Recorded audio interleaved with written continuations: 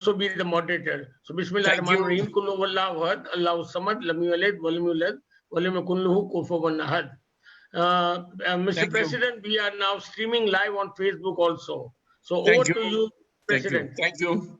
Thank you, Majid Aziz. Yes, we have been in this term holding meetings board meetings every month, and we did that in the last term also. And now we have made a routine that we meet on the first Wednesday of every month. And during the lockdown, we are meeting on the Zoom also. Unfortunately, we could not reach our members because of the lockout, but then we thought that we have to keep contact with our worthy members, and we, with the help of Mr. Moin Fuda, we were able to arrange this discussion on post-budget discussion. And before we start that, I just want to do a couple of in-house announcements. Those members who have not paid that 25,000 lifetime tea charges waiver as was approved by the AGM may please send, and then they will not pay anything for the rest of their life. Those who do not want to pay 25,000 and avail this opportunity have the option to continue paying 5,000 rupees a year, or whatever the tea charges would be from year to year. So this was a in-house announcement. We have made a good English-speaking union banner also, and we have sent the pictures to all the members that if they would like to have one, they can have it from the Office of English-speaking Union for rupees 250. We are in touch with our London headquarters, and they are arranging quite a number of things on Zoom. So nothing is disconnected, but we are looking forward to better times so that we meet up with all of you face to face. With this, over to Mr. Moin Fuda, who would be heading the panel discussion, moderating the panel discussion. Thank you, Mr. President. Thank you all the panelists, three worthy panelists, Mr. Asad Ali Shah, Abdul Qadir Memon, and Mr. Shoaib Jamali. Before we kick-start this post-budget session, I'd like to announce a few SOPs, though I know that the government of Sindh has got a lot of expertise in issuing SOPs these days, but this is a brief one for you. In the next half an hour, we will have three panelists, each for 10 minutes. And to panelists, to make sure that they ensure the time, the Secretary General will send them a message via WhatsApp at 9 minutes. So leaving 1 minute for them to conclude. We will have three panelists, and thereafter we have a Q&A for about half an hour. And then 5 minutes each concluding remarks by the panelists. The President's office will take the Q&A, or Q rather. They will, through the live chat, they will monitor the queue, and then President will screen those queues, and then will shoot this to either a panelist or to all three panelists. And that's how we will conduct. So those who want to ask questions, they can go into the chat box and they can raise their questions. So with that, I'm going to now introduce our first panelist and give him 10 minutes to open the budget discussions. The budget, gentlemen, ladies, has been announced. You must have seen it, but if you have not seen it, you can go, and while you're on the computer, you can also go live and you can find some narratives on the budget. But here the three panelists are going to talk about the impact of the budget on direct taxes, indirect taxes, and the economy as a whole. So they are not going to really speak in detail about the budget, which has already been presented, and this is the post-budget discussions. Our first panelist is Mr. Asad Ali Shah, a senior chartered accountant and former advisor to Chief Minister Sindh with the state of powers of provincial financial minister for 3 years. So he has got a grip on how the provincial government, or in fact the federal government, views the budget. He is the ex-president of ICAP and managing partner of Deloitte with 4 decades of diversified experience in governance, economic analysis, consulting and advisory, and tax matters. He is running his own consultancy at the moment, but besides that, he's holding 4 important portfolios. He is the chairman of the Pakistan Refinery. He is on the Prime Minister's Task Force on Government Restructuring. He is a member policy board of the SECP, and he is also a member board of Karachi Electric Supply Corporation. Now, ladies and gentlemen, in a lighter tone, this pandemic has given room to a lot of expertise. And every day we do see some experts. So far, possibly 150,000 infected, 150,000 plus experts on pandemic. And nowadays we are also getting experts on budget. But then here we have real experts, 3 who are joining. Yesterday when I contacted my vegetable seller for online delivery, he said to me कि sir budget के मुतालिक आपका क्या ख्याल है? मुझे तो ऐसा लगता है कि गवर्नमेंट अपने अखराजात कम नहीं कर सकेगी और ये 20% रेवेन्यू जो है वो ममलिकत तो नहीं हासिल कर सकती। तो मैंने कहा यार तुमको इतना टाइम कहाँ से मिल गया? तो कह रहे सर मैंने तो अपनी सारी डिलीवरीज जो है 9 बजे सुबह मुकम्मल कर दी है, मैं अखबार पढ़ रहा हूँ। तो मेरा ज़्यादा काम जो है वो ऑनलाइन ही हो रहा है वेजिटेबल का। मुझे रात को लोग ऑर्डर कर देते हैं और मैं डिलीवर कर देता हूँ।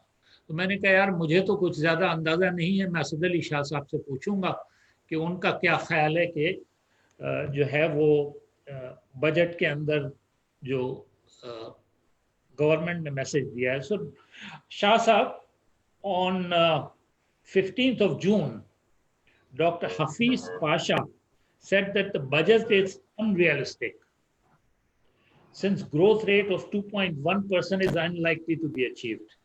And he mentioned that it could be a economy could contract by 2%. And to him, the target of 27% collection of revenue compared with the last year is very, very high.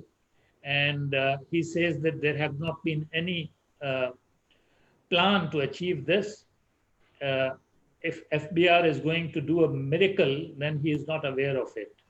And the second is that he says government is going to cut the expenses by 2%, but then there is no detail about it. With that opening remarks, I ask you to give your 10 minutes reaction to the budget. I would appreciate if you can also highlight the indirect taxes, because Mr. Abdul Qadir Memon is going to focus more on the direct taxes. Thank you. Thank you, Moin Saab, and thank you, the English-speaking Union Association. Is there a facility? Can I share? I have a small presentation which I wanted to share. So I tried to share it, but it has been disabled by the host. You could have sent it to us earlier. I don't know if we can do that now. Maqsood, can we do that? Here it is. Yeah, it's come. It's come. Okay. Okay, so it's a very brief presentation that I will try to run. You get me when I'm on the Zoom. Oh, I'll call you later. Okay. So basically, Moin Saab is, first of all, to, I think, straight away respond to your questions. I think I tend to agree with, a very brief answer to that is, where I agree with Dr. Hafiz Pasha. The budget is very, very unrealistic. So, and here is my very brief presentation. We'll try to remain within the time. Now, we know that, unfortunately, this budget is happening at a very unique time when we have this pandemic crisis, which none of us who are in this Zoom, or none of the people who are alive have seen this kind of thing, or perhaps even imagined that we will see this in our lifetimes. This is really one of the largest epidemics that, if you look at the history, especially in terms of how it has totally caused collapse of economy. Obviously, we had 100 years ago Spanish flu, which killed much larger number of people, 60, 70 million people. And before that, the biggest epidemic in history was in the 14th century, which is called Black Death. And that epidemic, we know, actually changed the world. The impact of that pandemic was that virtually 1/3 of the European, and it was mainly confined in Europe, 1/3 of the European population was wiped out. Virtually one adult person in Europe died. But the impact was that after that, it actually made Europe the masters of the world. So you see, there are always, that reflects there is always an opportunity in adversity. I think that the humanity will recover from epidemic as well, this pandemic, and it will become much stronger. Obviously, the only question is how we as Pakistan deals with this pandemic. So coming to the Pakistan economy and the budget, and obviously when we discuss budget, we also talk about the economy. So we know that our economy was already turbulent. We were already in massive crisis. And our economy has been down the drain for the last many decades, actually, unfortunately. Even those few times when we have seen growth, it has been, import-led growth, consumption-led growth based on borrowing. And obviously, before, and if you can see the slide, I will just briefly touch base on pre-corona and post-corona situation. So pre-corona situation was, we were already in a very slow down situation. We were already, because we were insolvent, because of our current account deficit issue, we were under IMF program. We were actually progressing for achieving our stabilization. So to that extent, I do agree with Dr. Hafiz Sheikh. We were reasonably smooth in the IMF program when this happened, but obviously our GDP was not growing. Now, post-corona situation, last 4 months, we know that the economy has totally come to a standstill.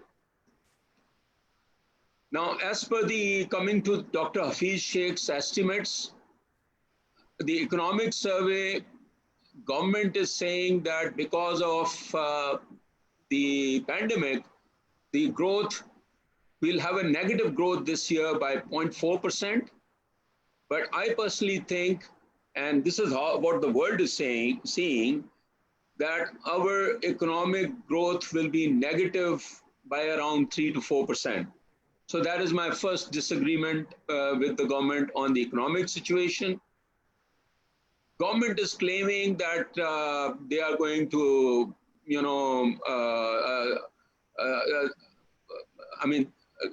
they have predicted a huge increase in tax collection. And so far, I think they have achieved about 3.4 trillion instead of 5.5 trillion. So there is going to be huge shortfall in tax collections also.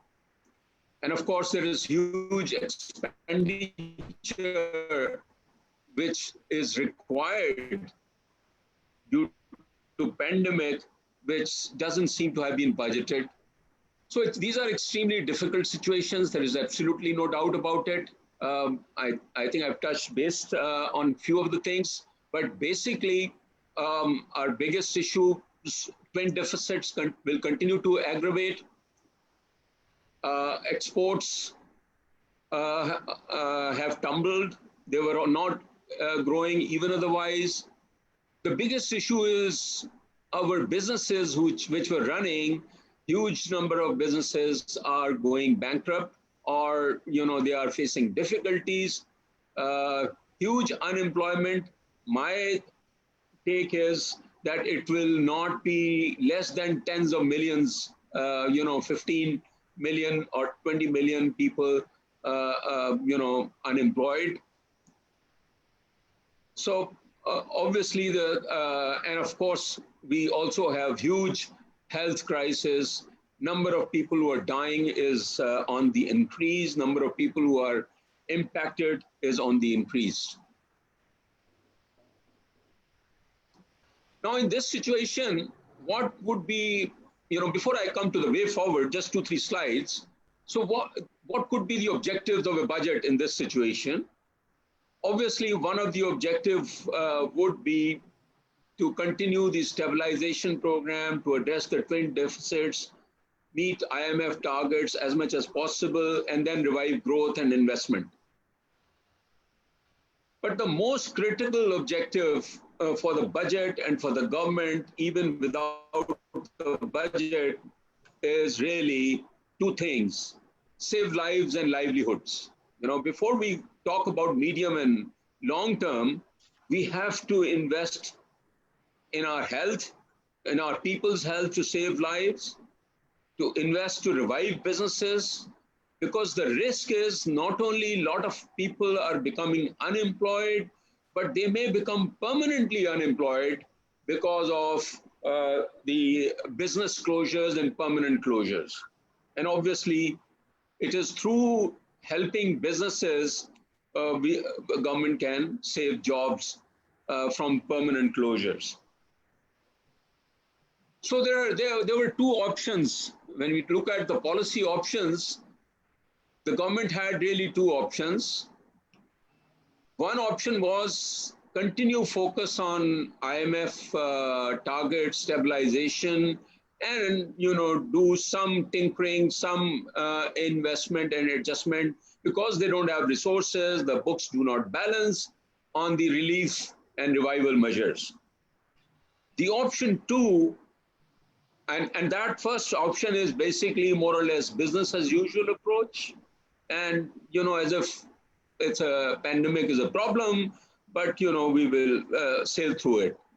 The option two is the unusual approach, which means major attempt by government to go all out to save lives and save jobs from permanent losses and to revive economy.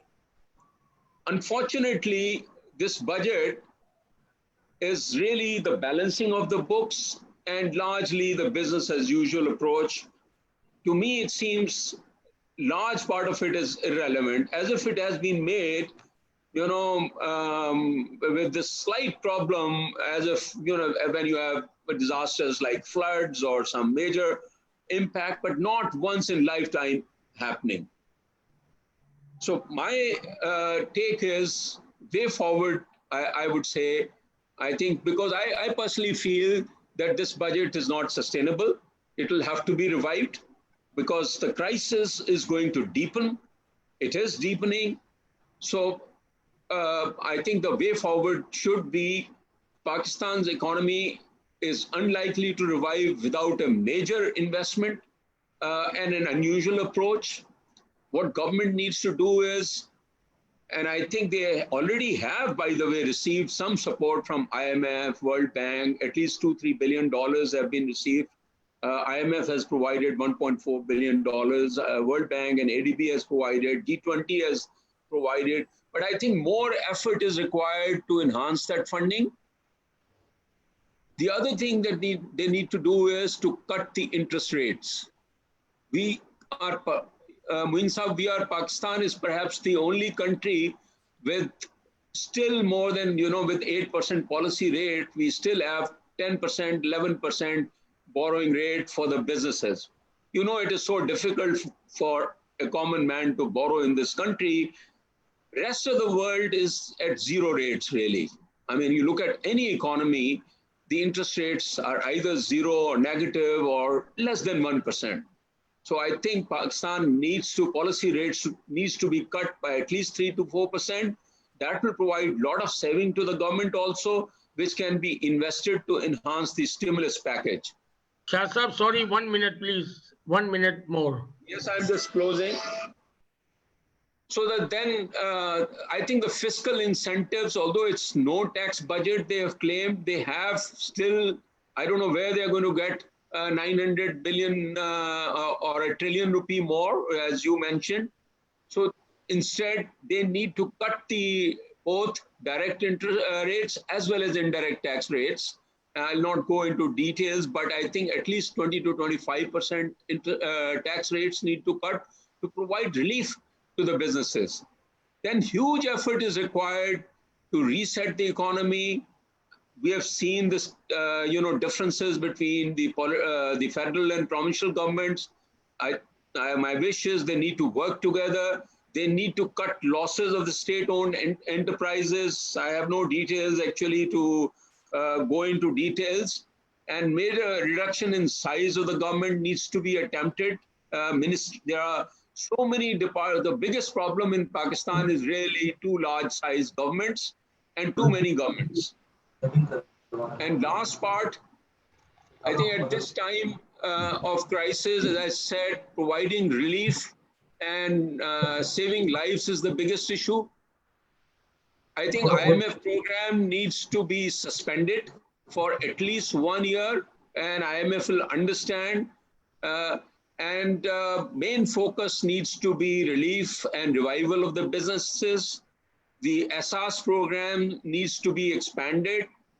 Public investment in infrastructure projects needs to be expanded. And these should be the projects with short turnarounds, not very large projects. Need to invest in exports to revive exports at this point in time. Agriculture and the locust attack needs to be addressed. And of course, the investment in idea-based economy, we are seeing this Zoom and all these things. And of course, federal government also. And for that, obviously, you will ask, how will they do it? 2 days ago, there was a tweet from OECD, the Organization of the Advanced Countries, and they suggested to all economies that this is not the time to, worry about deficits and debt. This is the time that the government should, borrow money. If they have to borrow, they should borrow. Because, it's the same situation. If somebody very close in your family is in a very critical stage, and if you don't have money, what do? You either borrow or you sell your assets. So you do everything to save. So this is the time, really. I think government has announced 1.2 trillion stimulus package, which is hardly 2.5% of the GDP. If you look at other economies, the US obviously has announced 10% of the GDP, but they are going to increase it to 2 or 3 times. So India has also announced 10% of the GDP. So it has to be minimum 10 to 30%. In Pakistan, obviously, we don't have funds, but I think we'll have to increase the stimulus package through borrowing, obviously, by, so raise it from 1.2 to at least 3 to 4 trillion rupees to save lives and to save businesses. So I'm sorry, I was not able to cover the indirect tax technical details because of the time limitation. So I'll close here. Thank you very much. Thank you, Shah Sahab. Very, very pertinent points for this budget and your observations. I'm sure participants will have a few questions. The next panelist is Mr. Abdul Qadir Memon. He is a patron and former president of Pakistan Tax Bar Association and has been a president of Karachi Tax Bar Association, Memon Professional Forum, and Junior Chamber International Pakistan. He has served on the board of Pakistan Stock Exchange for half a decade, and currently he is a director of State Life Insurance Corporation or a State Life Insurance Company. Qadir Memon Sahab, on Sunday, the 14th of June, Dawn editorial calls budget without a plan. It says the budget has been crafted amid uncertainties that are unprecedented. In the background of IMF program, which Shah Sahab very adequately highlighted, which required macroeconomic adjustments followed by COVID-19, causing massive slump in the global economy, impacting our export earnings and inflow of remittances. Now, with these scale of uncertainties, perhaps one needs to give credit to the government that these are, uncertain times. And it has been difficult to plan a budget or plan ahead. So possibly the government is right in thinking that we will move as the time comes and as things happen, which means the new IMF program is on the horizon, and obviously the collection and the expenditures, once they manage, there is a talk of even a mini budget. So I like to ask you to give your, I like to compliment you, congratulate you also, sir, for being a member. Yesterday, the GOP placed confidence in you also to be a member of the Anomaly Committee. So congratulations. Give your views and also touch on the direct access, please, if you can. Thank you. Thank you, Mr. President, Mr. Moin Fuda Saab, Aziz Memon Saab, and the Faruqi Saab, and all of you for providing this a very wonderful opportunity, speaking to such a knowledgeable gathering and sharing, my thoughts on that. As you very rightly said, Moin Saab, this as we all know, that this federal budget has been presented in the extraordinary circumstances and this extraordinary environment, heavily overcast with the economic uncertainties brought about in the wake of COVID 2019. And I think, I don't know, there were people who were talking about that this will be a 6-month budget. Somebody was talking there will be no budget. Some provinces are also thinking, still that there should not be no budget this year. So I think these are all over the world. There are the circumstances are definitely are different circumstances, and the most important thing is that it is not very easy to make a budget for any government, especially when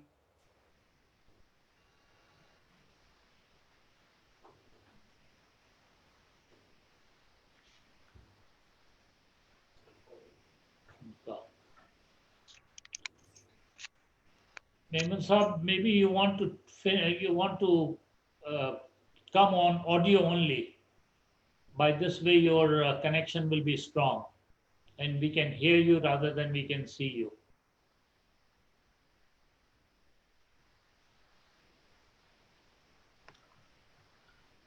I think maybe if we go to Shoaib Jamali and then we can get him back. Just give him a second or so. Hello. I will call back. I'll call Qadir, sir. But I think President asked him to just keep it on audio. Well, I've sent a message.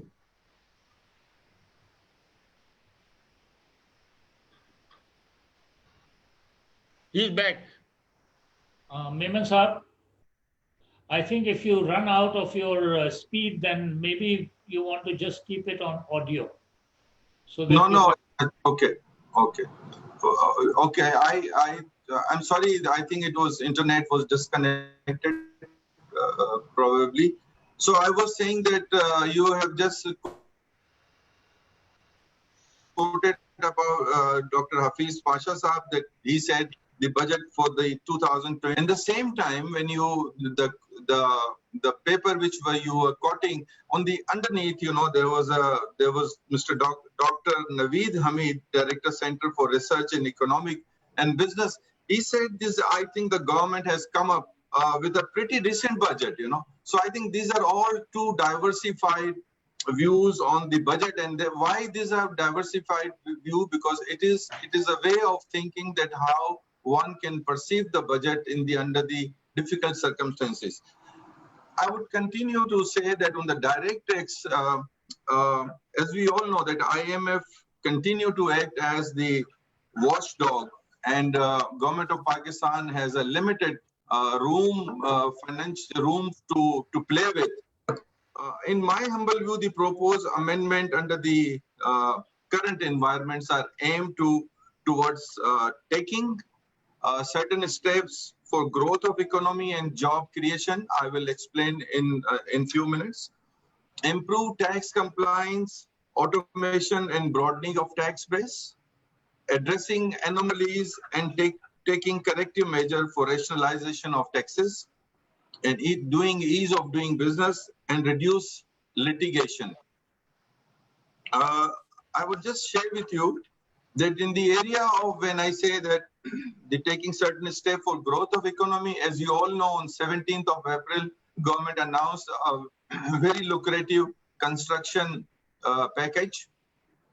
And now, in order to aid this, the government has reduced the capital gain period from 8 years to 4 years, and also the distinguish which was made last year that the build-up property and the open plots were treated differently. Now it will not be treated differently. So that is again a great package which will, I think, will boost to the construction industry.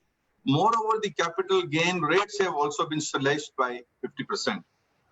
When I come to the improved tax compliance, improved tax compliance, all the banking industries now have been asked to provide the information regarding the profit on date. Previously, the limit was 5 lakh rupees. Now, irrespective of the limit, now all the banks are required to give the information of the profit on date. All the utilities companies will be now liable to be penalized if they will give any industrial or commercial connection without anybody who is not on the tax net. And then a very unique concept has been introduced, which is known as integrated enterprises. And now the FBR will have a real-time information from the NADRA, from FIA, from Bureau of Immigration. So these are the few points which are going towards the automation, towards the broadening of the tax base and taking the now third point which I am going to talk about is the ease of doing. What the ease of doing has been done. In Pakistan, we had the menace of issuance of the exemption certificate by all the business houses. You know, they were suffering a lot of problems. There were a lot of hue and cry.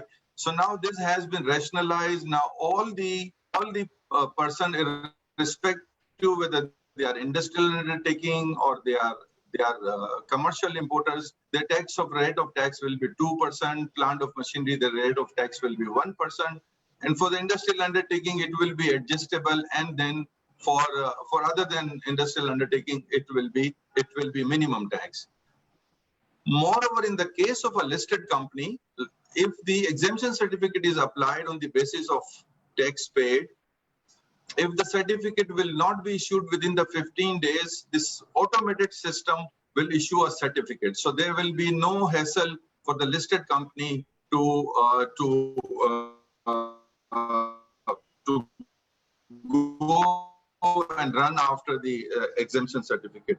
of persons because they were become the withholding agents. So now the limit of the withholding agent has been increased from 50 million to 100 million.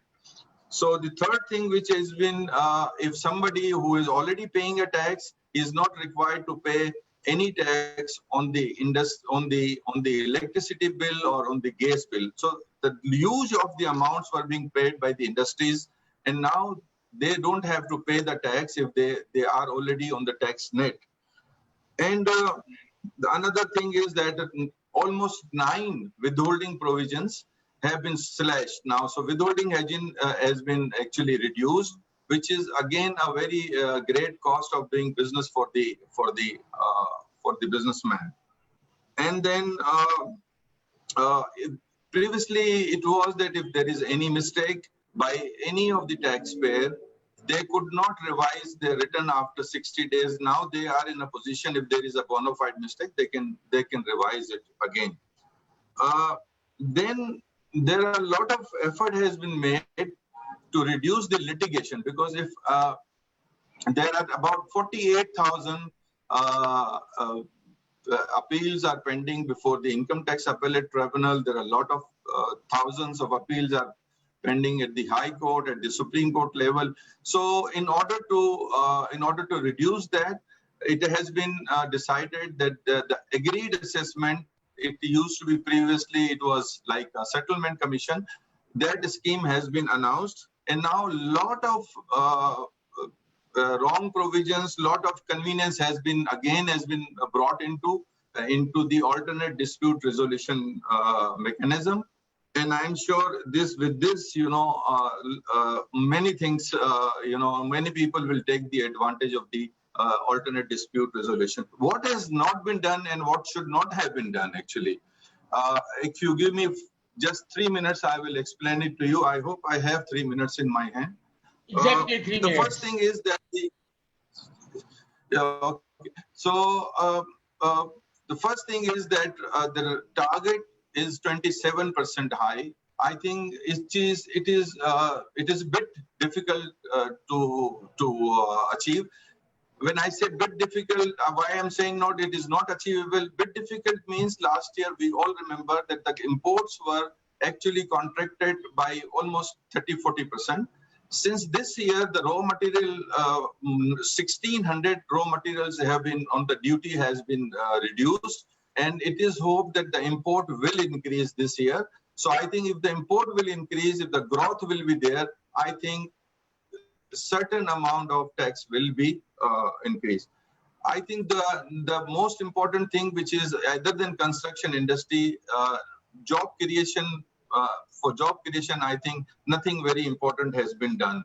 Nothing has been done towards the health side. I think that is again is a big challenge. One very important provision which I think government not have been endeavored into, the 10% advance tax has been posted for the made mandatory for filing an appeal before the income tax appellate tribunal. I think every individual has a vested right to file appeal and get a justice from all the platforms which are available to there. So I think another thing which they should have done it, I think they should have done it, whatever the controversies, whatever the litigation, whatever the things which are in contradiction with the provinces, they should have made an effort to harmonize the taxation. I think that would have reduced a lot of cost of doing business of the business people, and at the same time, it would have been reduced a lot of litigation. I'm sorry, I could not cover the whole, but I think last remark, this time income tax budget has been almost increased by 26%. Whereas indirect taxes have been increased by 28%. I think our concentration should be reduced from indirect taxes to the direct taxes. The reason being because when the growth will not be there, indirect taxes will also suffer. And indirect taxes, in fact, hit all the poor people also. And we know that in the coming years, our job will be reduced. The lot of immigrants are coming back to Pakistan. There will be jobs in, and then again, lot and exchange will also not come to this country as it was been in the past years. So I think these were the comments. If there will be any question, I would love to answer it. And in the concluding paragraph, concluding remarks, I will also be able to share some thoughts. Thank you, Qadir Memon Saab. And I'm pretty sure when certain suggestions are made up here, then you will take them to the Anomaly Committee also. Our third panelist is Mr. Shoaib Jamali. He's a research editor of Business Recorder's Economic Research Wing. He has also been associated with leading think tanks and research organizations, including the SDPI, Prime Institute, and Euromonitor International. He holds CA Intermediate from the ICAP and MBA from the IBM, followed by postgraduate in philosophy, politics, and economy from the University of York. Young economist, contributing a lot at the Business Recorder and various other forums. Jamali Saab, Business Recorder had a news on 13th of June, day after the budget. And I quote, and it went viral on WhatsApp.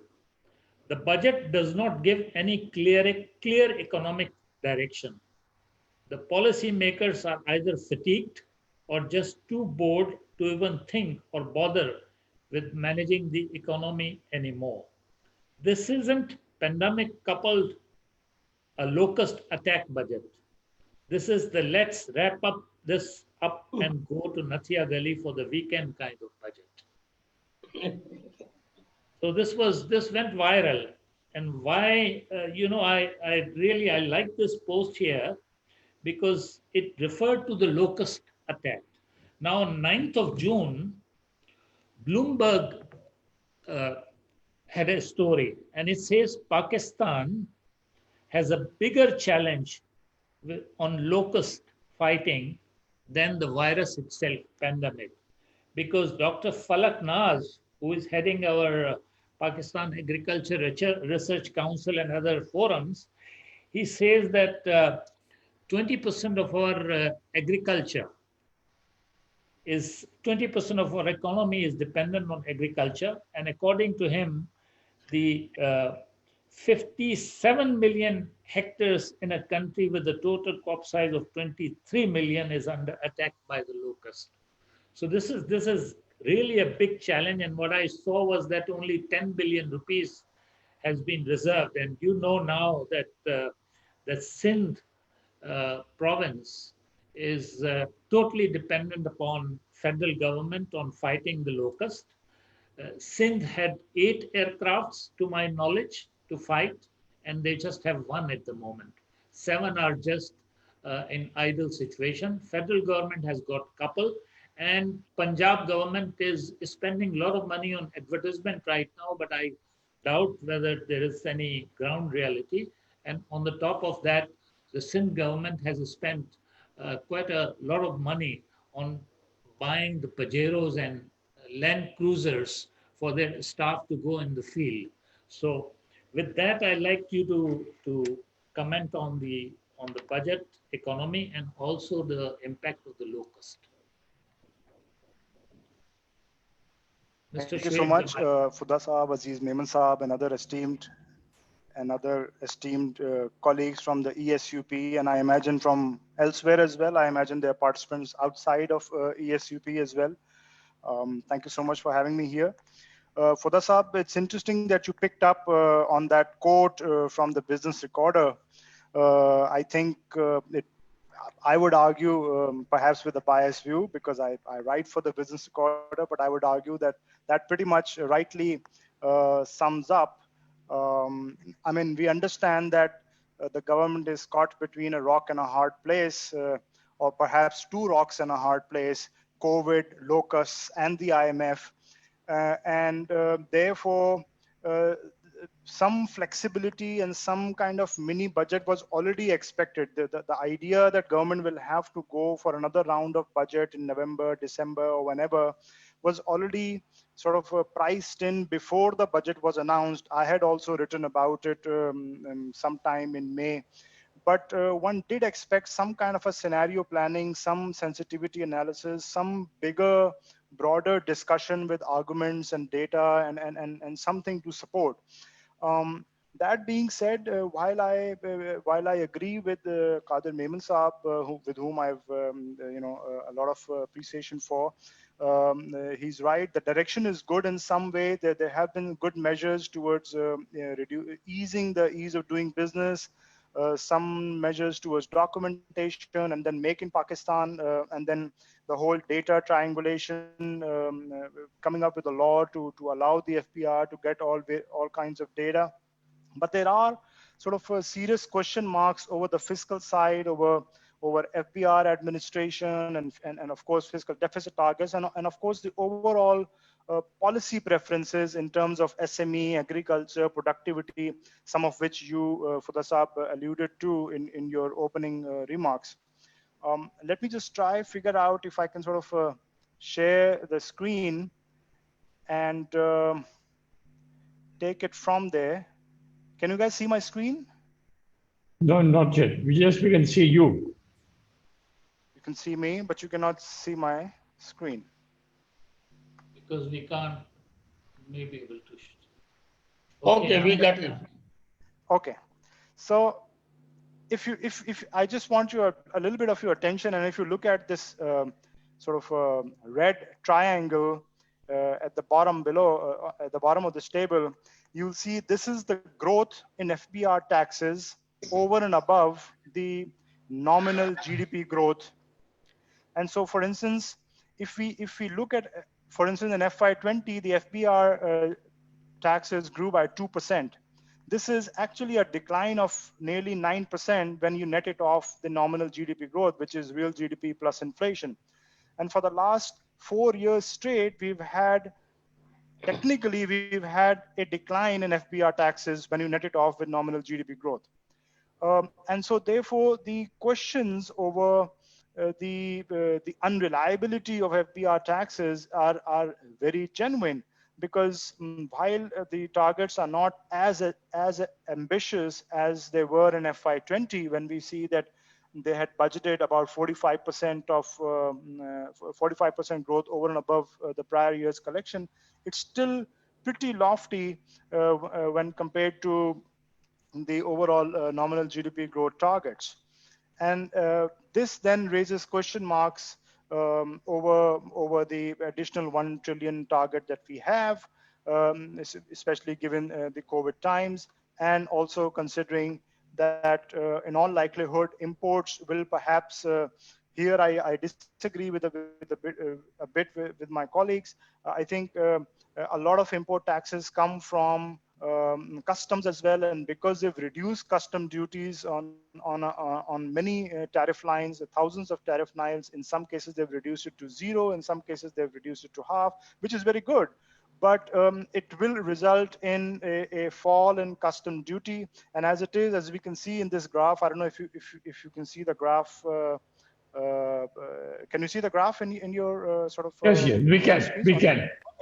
Yeah, we can. So you can see that customs collection usually follows the import trajectory, and if imports are going to fall, especially in a year where custom duties have rightly been reduced substantially across a lot of tariff lines, then we could see that custom collection will also take quite a hit.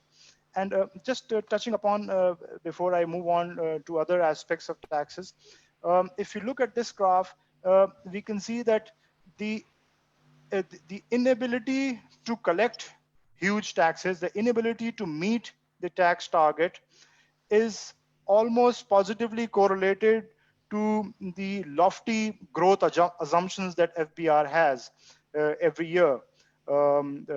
And in fact, for the last 2 budgets, I mean to say FY20 and FY21, the most recent budget, if you look at the graph at the bottom right, the bar graph, you can see the average budgeted growth in tax targets every year is about 10% to 12%, depending upon which tax head are you looking at.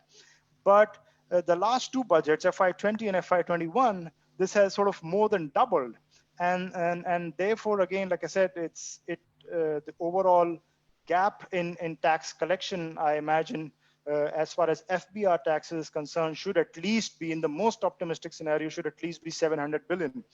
Now, add to that the likely fall of 100 billion from the petroleum levy. Now, what the federal government has done, it has assumed that it will be able to collect rupees 30 per liter on account of petroleum levy all across the year.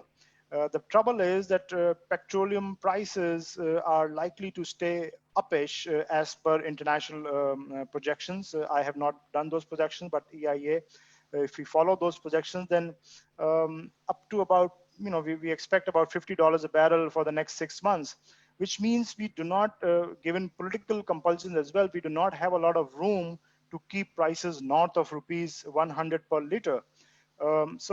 As per estimates run by my colleague Zuhair Abbasi and published in today's newspaper, Business Recorder, page 2, we expect that there will at least be 100 billion shortfall on account of the petroleum levy. So that's 700 plus 100 billion, that's 800 billion right there. Now add to that the federal government assumes that provinces will report a combined surplus of 242 billion.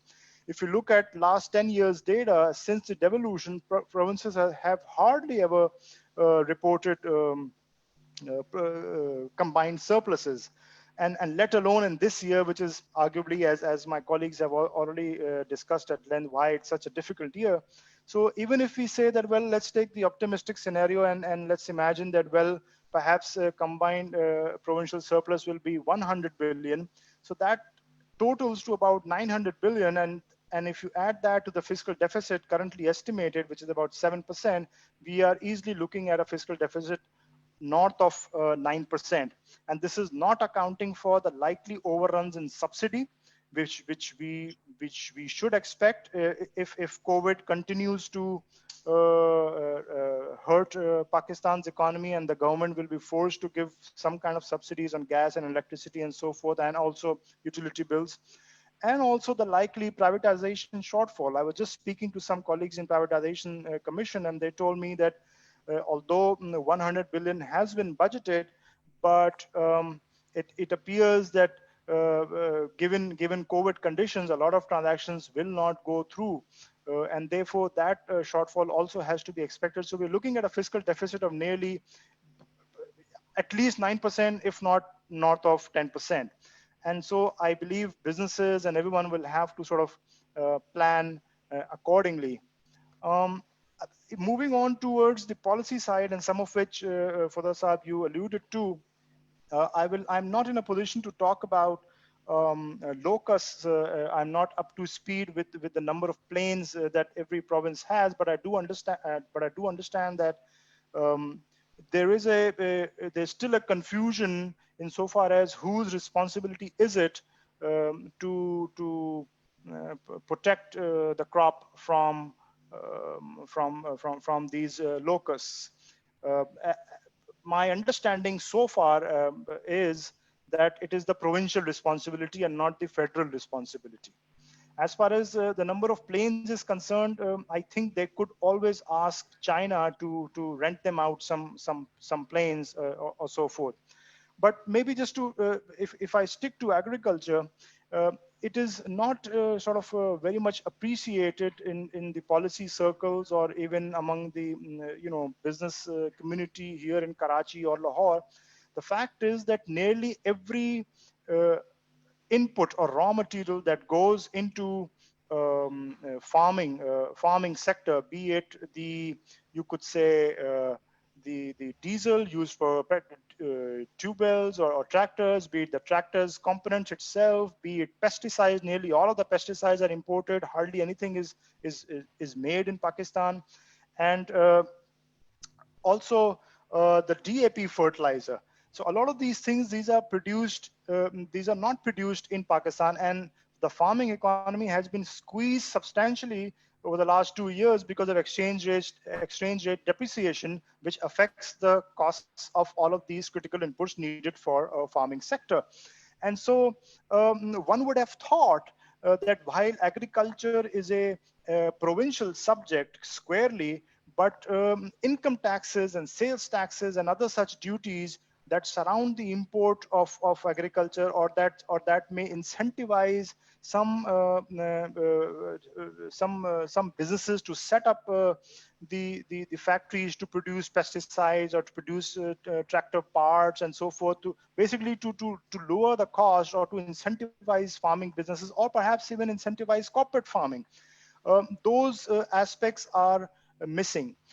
Likewise, SME, insofar as SME is concerned, it is very heartening to note that they have reduced the custom duties on a lot of raw materials, and one hopes that it will, like Qadir Saab said, one hopes it will trigger some kind of a domestic production in across the sectors, because there are about more than 6,000 tariff lines we're talking about here. But one would have thought again that they would have given substantial cuts to SMEs insofar as income taxes are concerned, or perhaps provided them some kind of a tax signals to get them listed on SME exchange, so that they, from whereabouts they could raise revenues and so forth. Just this is my last point. I think one could take a great lesson from Punjab budget, where the Punjab government reduced GST on services on a lot of transactions, on credit card transactions, and kept the GST the same insofar as cash transactions are concerned. And that creates a good signal, because it effectively it's giving some kind of 11% discount to those who are buying on credit card, and therefore it is supporting documentation, it is supporting financial inclusion, it is supporting digital Pakistan, which the PM has been harping about. But those kind of I'm on Zoom meeting, will call back. Those kind of policy signals are not visible in the federal budget. So for instance, we do understand that globally there are the serious risks of global depression as well. So there's so much that you can do. There's one thing that I have been talking about, at least, is that there is a need to understand how many we are, not just in terms of people, but also in terms of businesses. The last census of manufacturing industries, the last census of business establishments was done 15 years ago. The economy was entirely different 15 years ago. Today we talk about that, oh, well, SME is about 30% of GDP, and SME contribution to exports is 40% of GDP, but that's all just fluff, really, because we don't have the right data sets. And this is why we see that when every time the state goes about giving endowments and different subsidies or tax cuts to different sectors of economy, every one another related sector comes around on the table and says, oh, you know what, we are the one that's going on jo ke tabahi ke dahane pe ja rahe hain. So all across the textile value chain is going is at the tabahi ka dahana, and yet everybody is vacationing in France, and everybody is fighting over the small little endowments that they have. What we need is a serious effort to improve our economic and business statistics, which are sort of conspicuous by their absence. And that's the sort of... Shoaib, 1 minute. Sure.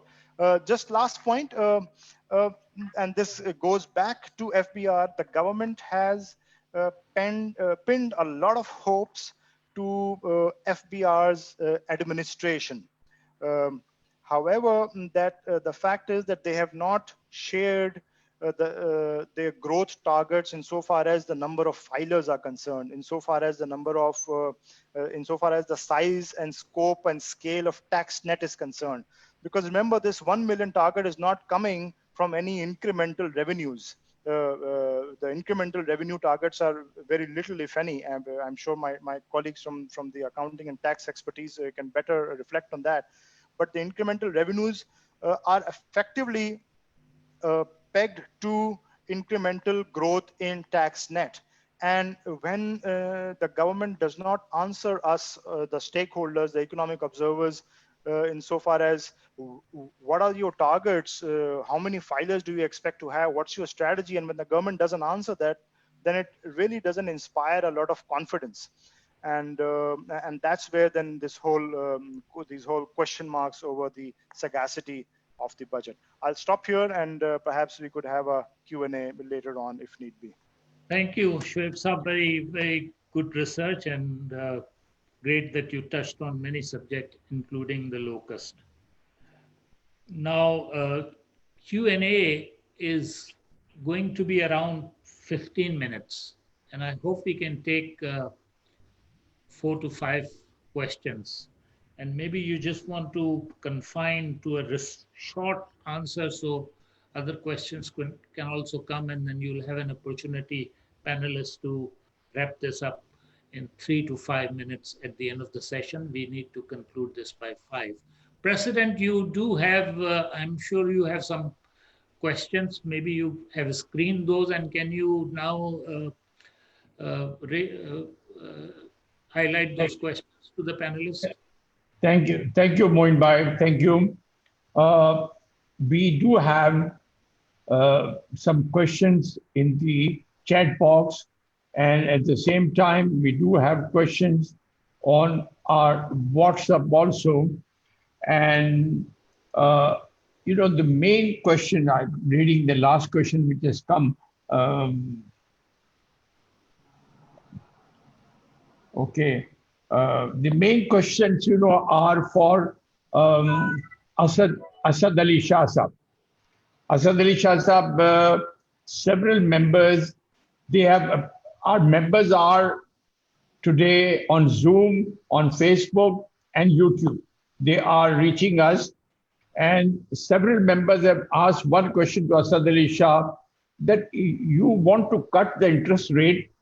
You are talking of zero interest rates like Japan, but the inflation is very high.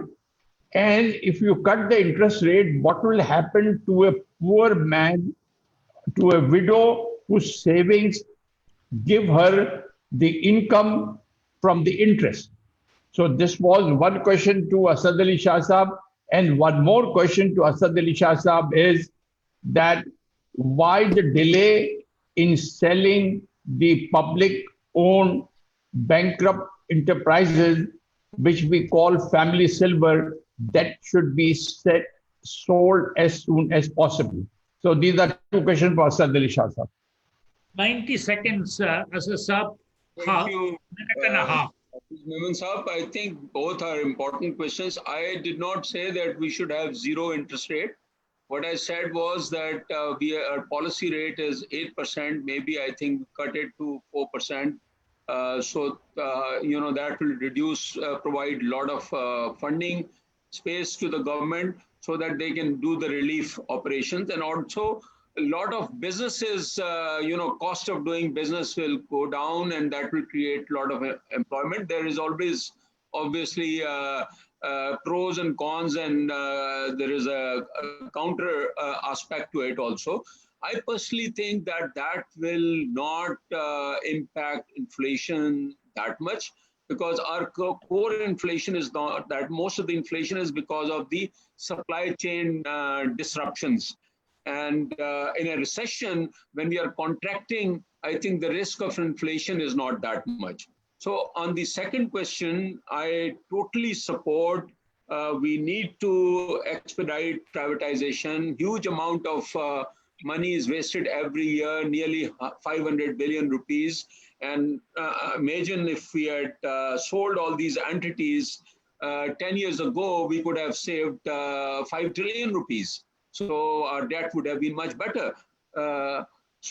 But the issue is that in this COVID situation, I agree with the earlier panelist, Jamali Saab, that it will be very tough to sell at this point in time. But as soon as I think government is able to do, they should sell and do the privatization. And they also need to cut the process of privatization. The method of privatization is such that, you know, it takes years and they're not able to do it. They need to change those processes, simplify them. So again, because of paucity of time, not able to go into details. So I've tried to make an Thank you. attempt to respond to these two questions. Next question. Thank you, Shah Saab. I have got several questions, but they have not given the name of panelists. They have said, can any of the panelists comment that the increase in the defense budget and no sizable increase in health, sanitation, water, which are the need of the day and demand of the day. Any three of you, anyone can pick up this question and answer it. Shoaib Jamali, sir. I'm happy to Sure, provide my input. Aziz Memon Saab, I think it's a very valid question. And in fact, I think we need to appreciate, we don't talk about it, Pakistan's one major reason why Pakistan's debt and fiscal insolvency and our fiscal deficits increases because of our huge defense needs. We have to manage our defense needs better. And I totally agree the implicit comment in the question that we need to request our defense forces, keeping in view our other nuclear capabilities, that we need to cut the defense and spend on health and education to build our human resources and build our nation. Thank you. Thank you. So these were the questions. Moin Fuda Saab. Shoaib Jamali, sir, can you touch on this question, please? Your views, Shoaib sir? You wanted to say something. On defense budget. Sure. Can you, Moin Saab, allow me to speak on this, please? Okay. I think Jamali Saab is saying that he's mute. Anyway, my point of view is that it is a very, very high time that needs to be re-strategized the entire country's defense requirements. Reason being, if I remember correctly, when we were coming to the atomic country, at that time the assurance was given that our defense budget would reduce, to a great extent.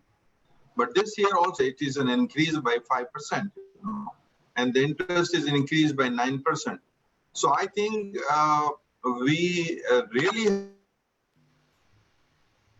have to, as very rightly said Asad Saab, that we have to sit down as a nation and have to revisit the and correct our house in order. Thank you.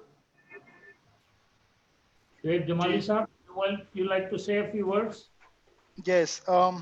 So I am personally of the view. I mean, I would like to agree in so far as some review of defense budget is concerned. However, we have to understand that the situation has become a bit more hostile over the last few years, not only because of India's belligerence in Kashmir and thereabouts, but also in the wake of Iran, China and India hostilities these days. And so we don't know what's going to flare up when. And so perhaps this is not the best year to start talking about the review of budget, defense budgets, although I think I'm personally in favor of it, but I'm not too sure if the timing is right. That being said, as far as the original question was concerned, I think the health, it is not a well appreciated realization that health and education now squarely lies with the provinces. So I see a lot of policy community debate on Twitter and on television and in drawing rooms as well. People say, "Oh well, look at what the Islamabad has been doing. They have literally given pittance to health and education. Their priorities are not right." But then, see, the thing is that since the 18th Amendment, health, education, sanitation, and so on and so forth. Even labor and housing, everything is with the provincial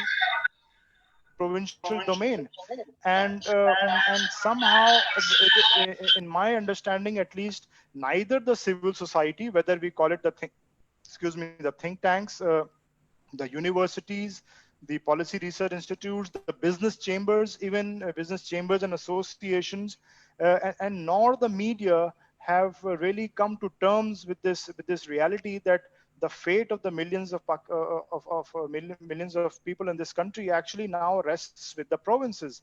And so provinces have to go about and raise property taxes, agriculture taxes. I mean, fine, the potential of agriculture taxes is fairly low given the scale of things, but because agriculture taxes allow you, agriculture income allows one to hide a lot of other income into agriculture income. It is important to get agriculture, to document agriculture income and corroborate all those data sets with all sorts of other income that we have. So this debate, I feel, is not been going on neither in media nor in civil society establishments, nor at business chambers and so on and so forth. Thank you.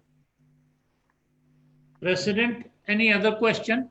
No, sir, nothing more. So you can wrap it up. Okay, so to the panelists, I'm going to give 3 minutes now. Followed by that, Secretary General will do the closing mark and ask our chairman of the organizing committee, Vice President Kaleem Farooqi Sahab, to propose a vote of thanks.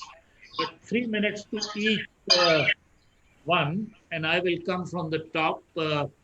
Asad Ali Shah Sahab, you have responded to one question, but in your 3 minutes closing remarks, I suggest that you also propose a way out for the widows and pensioners, because if you are proposing a reduction of the interest rate or borrowing rate to 4%, then I'm sure that this will not be welcomed and appropriate for the pensioners and the widows. So maybe in your own wisdom, you like to advocate in due course that even at this level too, 8% is very difficult for those people to run their kitchen. So maybe, a way out could also be suggested. Sahab, this is a very laudable and right question, and I understand it has this ramification.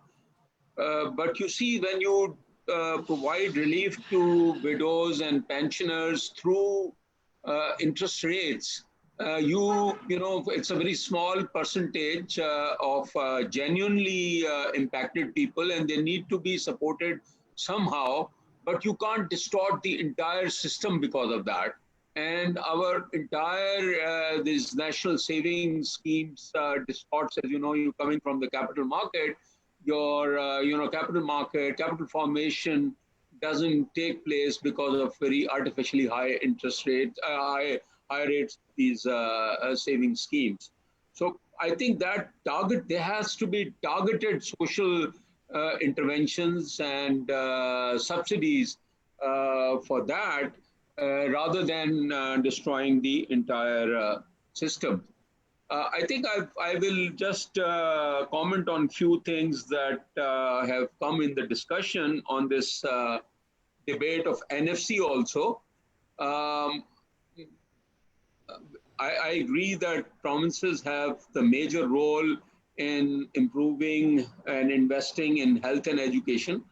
And unfortunately, it is true that with the NFC, significant additional transfers were made to the provinces, but the provinces have also not, provided the outcomes. There is a huge waste in the provinces, but at the same time, there is a huge waste in the federal government also. There are many ministries, there are many divisions which should not be there in the federal government in the first place.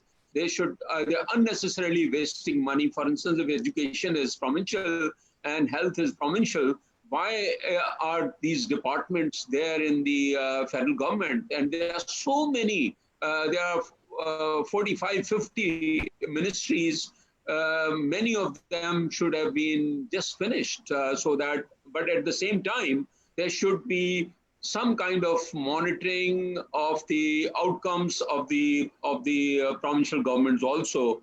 I think one thing the federal government should do, there should be some governance improvement mechanism. And that should be done through some kind of transparent reporting. Whatever departments exist, both in the federal government and the provincial government, there should be some outcome-based budgeting and outcome-based monitoring, which should happen.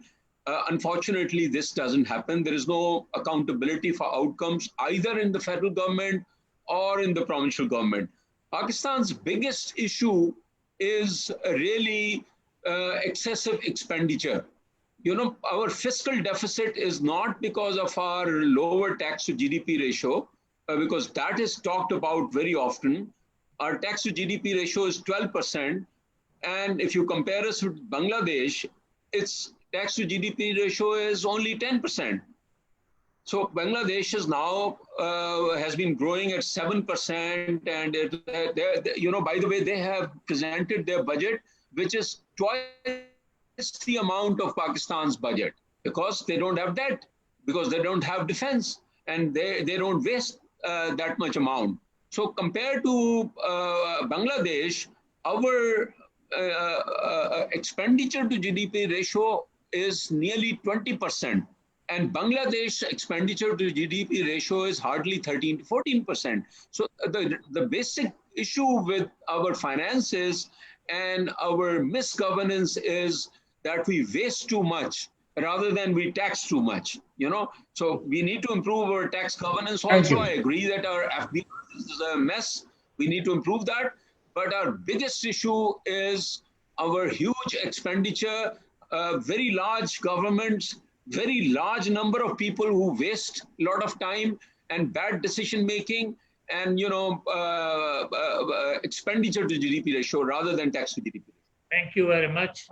Moin bhai, just one in break. Asad Ali Shah, there is a small question from our Vice President Tariq Ikram.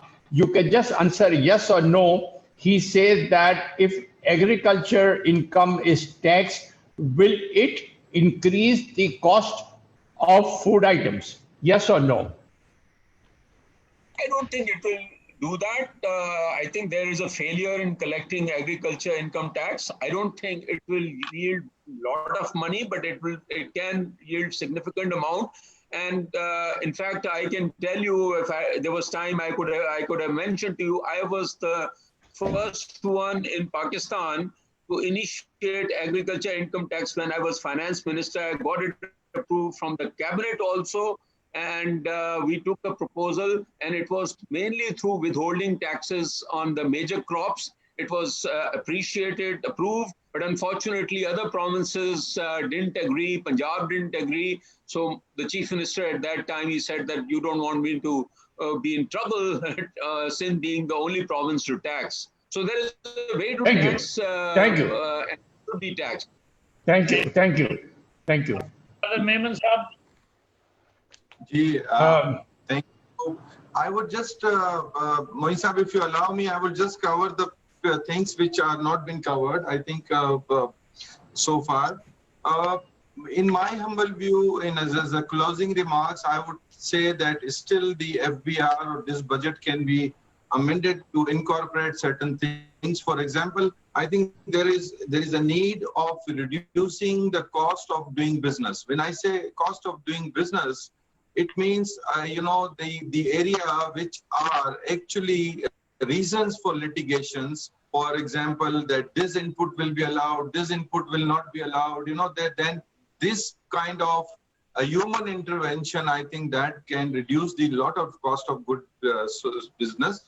The second is that we should have a hybrid system. When I say hybrid system, it means that currently we have our retail outlets. They are coming up in a very large number. We can have an example of Qadir and other retail stores. I think we need to have a hybrid tax system whereby these stores can have a single digit tax and the others can have, the manufacturers can have a, a normal tax. The another thing which is I would like to highlight is that there is a lot of opportunity in the area of software and other cross-border digital services. I think something needs to be done here. Last year, there's a concept of a startup was provided. The company law has also been amended, but I think there are a lot of incentives have to be given to these startups, and I think Pakistan has a lot of potential, not only to earn the foreign exchange, but also, most of the young people are almost about 60%. The last point which I would like to highlight is that we need to have an excellent program, or I would say that FBR should become an independent body like State Bank of Pakistan, because there are a lot of governance issues, as Shoaib Jamali Sahab has very rightly pointed out, that there are a lot of governance problems are available at the FBR. I think that needs to be done. And the last point, sorry, I was missing that, which Shoaib Sahab has also been identified. Their budget needs to be something to be done towards the promotion and to the growth of the SMEs. Pakistan Stock Exchange is already have a SME, stock exchange there, SME board there, and I think if we need a growth, we need a success in the economy, we need to promote the SMEs. Thank you very much. Mr. Shoaib Jamali, 3 minutes for you also. Well, not too sure if I can add to a lot of to what has been discussed already, but I think I would just say that to me, at least, unlike my esteemed colleague Asad Saab, to me taxation lies at the heart of the matter. In my reading, if practically speaking we can't do away with defense budget in the immediate run, and so then we have to work around around the injury, like we do. I don't know. 20 years ago, I used to go to gyms and all, and the trainer there used to say, you got to work around an injury. Just because you got a shoulder injury doesn't mean you don't work out that day. So I mean, we have to live with a certain political realities. I don't particularly like that political reality of having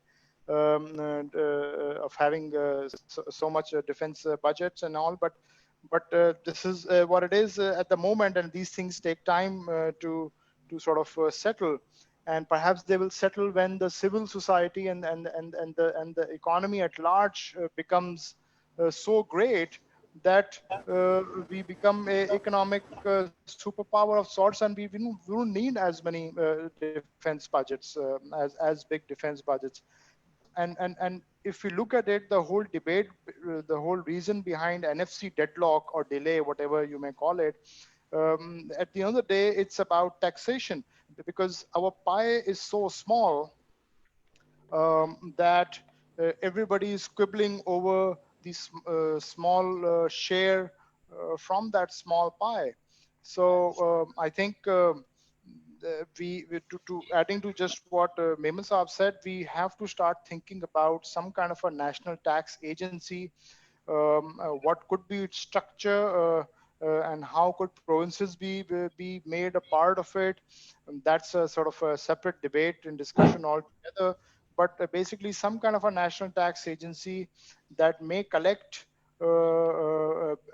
taxes, on account of federal government, on account of provincial government, but it has a centralized database that whereby the agency is able to corroborate the agriculture income tax with property tax, with vehicle and other sort of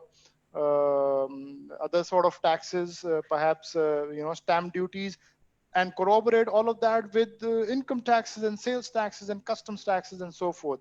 So this will also not only lead to ease of doing business, but also reduce the tensions between the center and the provinces, I think, and overall help increase the tax pie to be able to pay our debt, which is not sustainable at current levels. I don't know.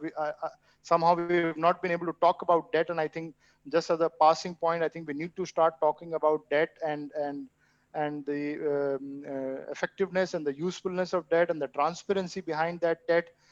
I think every debt should be made accountable. A lot of times we just take debt and then put up, some kind of a building, but that building doesn't really help yield anything. I'm reminded of this, this debt that we took in the Musharraf era for some access to justice program or something, and all we did was to give laptops and improve the buildings of the courts. But in terms of access to justice, we still remained poor, and our commercial courts and our banking courts remained poor. So we have to start looking at the productiveness of the debt, and that's where I will sort of maybe end on this note. Thank you. Thank you very much. Great discussion, panelists. Thank you very much. On a lighter tone, I like to conclude this by saying to you all that this pandemic, the online business is thriving. And one should be very grateful that a lot of things are coming out from homes in different places. And to the members last week, I got a couple of kilos of fresh international quality cherries from Hunza. So pandemic has got some positive sides, but a lot of good things are happening anyway in the country. Let's hope the country does well. Over to you, Secretary General, and followed by that, he is going to ask the SVP for a vote of thanks. Thank you very much. Thank you, Moin Khuda. Excellent 90 minutes plus we had this evening. As per our tradition, I would now request the SVP, Mr. Kaleem Faruqi, to propose a vote of thanks. May I correct you? Vice President Kaleem Faruqi. Vice President, sorry.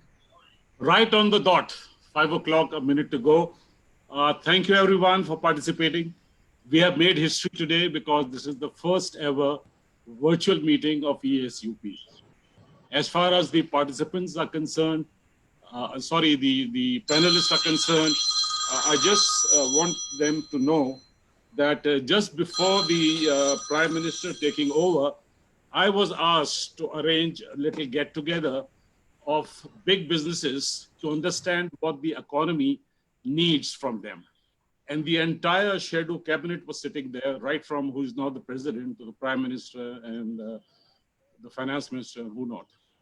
The bottom line was basically the cost of doing business, the ease of doing business, rationalization of taxes, focus on exports, reduction on borrowing, areas where we can earn foreign exchange. This was the bottom line, the common denominator of all who said. And the people who represented, there were sectors in energy, automotive, banking, capital market, pharmaceutical, textile, chemical, health, and people like Arif Habib was there, Ataur Rahman was there, and there was a whole group of people there, right before he taking over as the Prime Minister. On the completion of 1 year, I was asked by them to write something on 1 year. And I said, what am I supposed to write? What have we achieved? All that we discussed, there's a lot desired. And I don't know if you all saw that. It was published in lots of newspapers, even Business Recorder. The title I gave was Great Expectations. Because this is a story by Charles Dickens, and it starts off with the orphan called Pip, hoping against hope to become something. And that's the story I narrated about PTI. Thank you. Thank you, Kaleem. And thank you all for coming. Thank you all for participating, our members, as also those who are on Facebook and YouTube. We look forward to similar interaction with people who matter. Asad Ali Shah Saab, I know you were recovering. Thank you for joining. Qadir Memon Saab, this is the first time that we have seen you interacting with the ESUP, and we hope that we'll have more. Jamali Saab, you are no stranger. Business Recorder is something that starts the day off as far as the business community is concerned. Thank you all for coming, and we hope to see you soon. Thank you. And I would like, in the end, I would like to thank all the members, the panelists, our moderator, Mr. Moin Fuda. And a last point is that all of a sudden, several questions popped up on the chat box in the end, in the last 4 or 5 minutes. What we are going to do is that we are going to save these questions and we are going to email to our panelists, and we make sure that our members who have sent these questions get the reply. We will do such events in future also, and we hope the time comes when we can meet in person and get back to our meetings at Beach Luxury Hotel. It's my privilege to thank all of you, and goodbye. Thank you, sir. Thank you very much. No, Thank you.